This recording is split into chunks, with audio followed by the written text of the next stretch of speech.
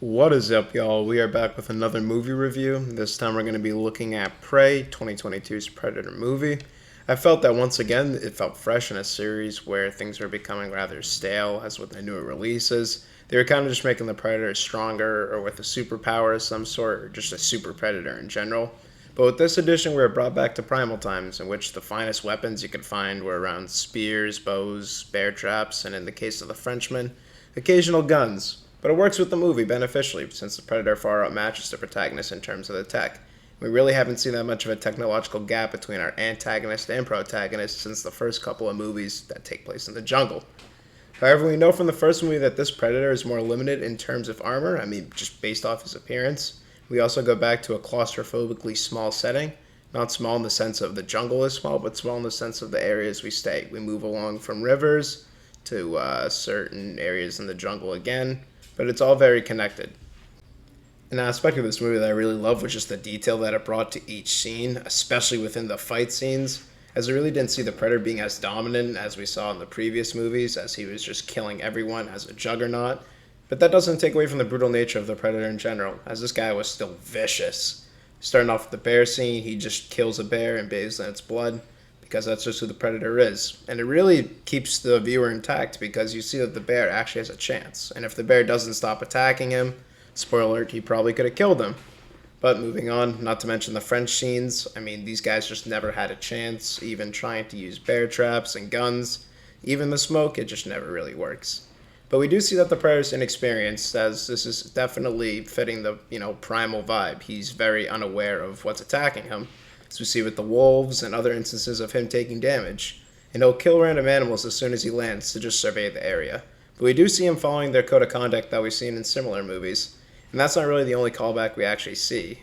We see the main characters, the protagonists, actually using strategy and formation, and it really goes a long way when compared to the just blasting strategy we've seen in the past with, the roided out war heroes and their AK-47s and M16s just launching bullets into the Predator. And the callback to the mud was actually really awesome, and I thought that was probably one of the smarter ways to call back to the original movies, especially if it bleeds, we can kill it. That fallacy just never falls out of society. One of the major themes I took away from this movie was just the partnerships and how much it played into, just the overall success that the group had against the Predator and just the flow of the movie, because you see strategy being used, as I previously mentioned, with the formations, using the bear traps and the guns. However, you see it with the dog too, as, it's a Predator movie and you're rooting for the dog to survive the whole time, and I'm glad it is, because it's a Predator movie, and, animals have a 50-50 chance of dying anytime they're on screen. But you really do feel the relationships, even if it is a dog. And the partnerships in this movie really define it, as nobody in this tribe could get rid of the Predator alone, as they all had to work together using horses and just an array of weapons, ranging from bear traps to spears to bow and arrows. And it was cool to see the direction that this movie was taken in. Even maybe progressing further in the timeline could be a next movie, and that could be a cool concept. We could see a medieval Predator, a samurai age Predator. They really have, the multiverse concept here. They have the creative fingertips to go crazy. I do think the biggest con, however, was the shaky cam and just the excessive darkness at times. Kind of felt like you were rewatching Game of Thrones Season 8 with the darkness, where it's just overwhelming you and you kind of lose a grip on those fight scenes. But I thought that they used the Predator's blood and also just the use of the Predator's invisibility well enough to kind of combat this and say, we're going to shaky cam the movie, but at the same time, we're going to make it difficult for the viewer to see it, but give them moments of, just visual clarity that's off the charts.